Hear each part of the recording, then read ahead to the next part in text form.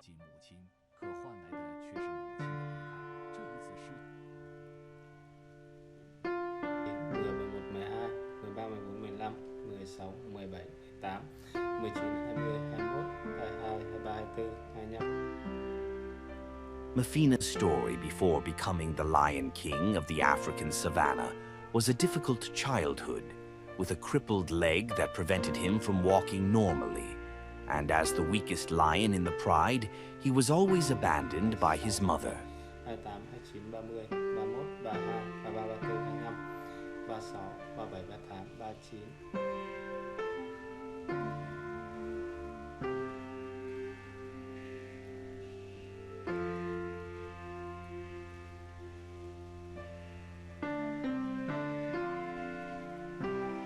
I am Mefina, a lion cub who was once neglected by her own mother.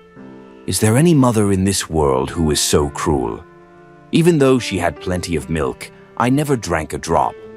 When the whole herd moved, I was always left behind, but she never once turned around to wait for me. 51, 52.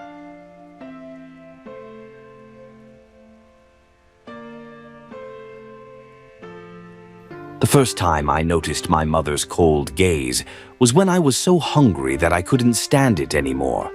I approached her to ask her to breastfeed me, but before I could reach her, she bared her teeth in warning. Looking at the other siblings happily drinking milk, my heart was filled with grievance.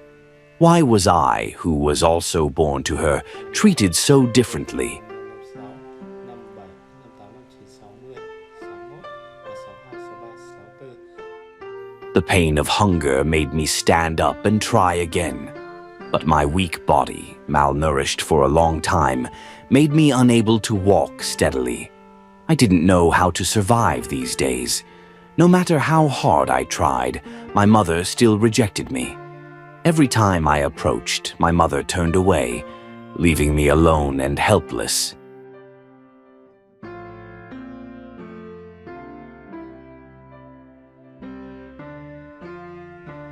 I didn't understand. Didn't a tiger eat its own cub? So why did my mother treat me like that? I was just an unlucky lion cub, born with a disabled leg. But I also longed for a happy childhood, to be loved by my mother like my other siblings.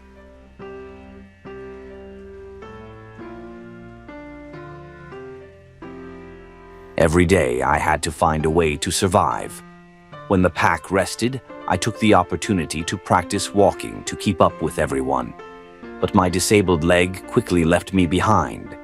Facing the cruel reality alone, I relied on the scent and footprints of the pack to find my way.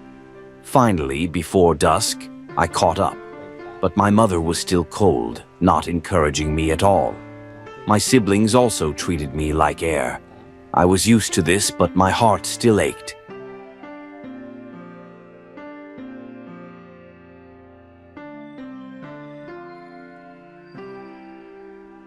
The summer in Africa was scorching hot, and my malnourished body exhausted me. I watched my brothers and sisters run freely, my heart filled with admiration. I could only drink muddy water to fill my stomach.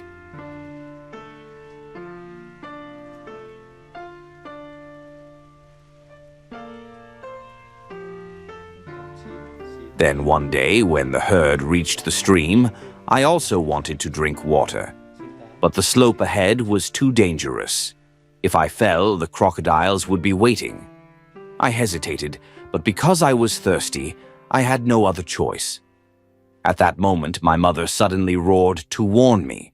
For the first time, she ran to hold me and brought me to the shore safely.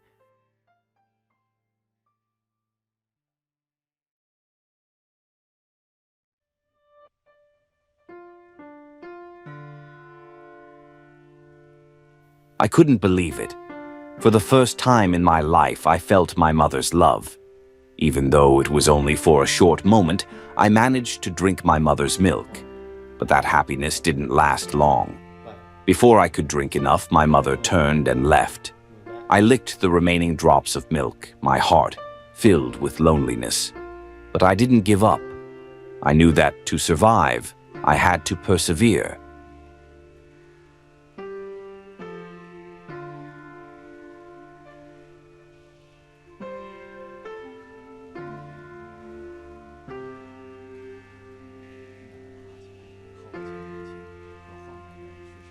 Finally, my efforts paid off.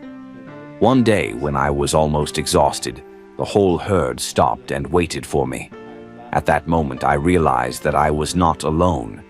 My perseverance had touched everyone. I, the Forgotten Lion Cub, had finally been accepted. And I would never give up because I knew that life was always worth fighting for.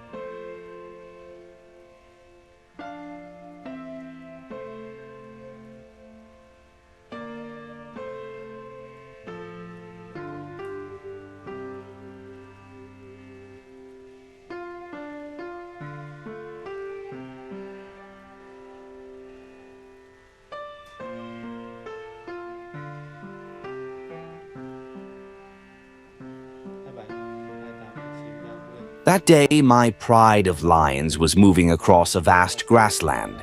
With my crippled leg, I could not keep up with the quick pace of the pride.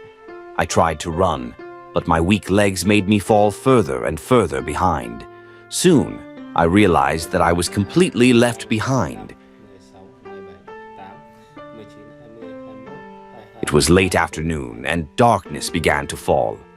Alone in the grassland, I clearly sensed the lurking danger. The wind carried the scent of a predator, and I quickly realized a leopard was silently approaching.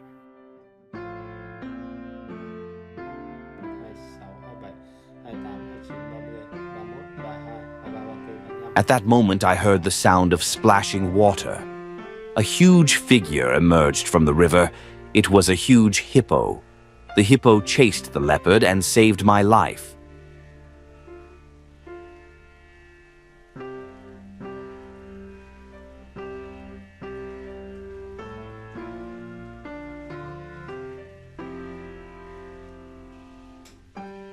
Even though I have grown up and become a strong lion, I still remember that hippo, the benefactor who gave me the chance to live and fight against fate.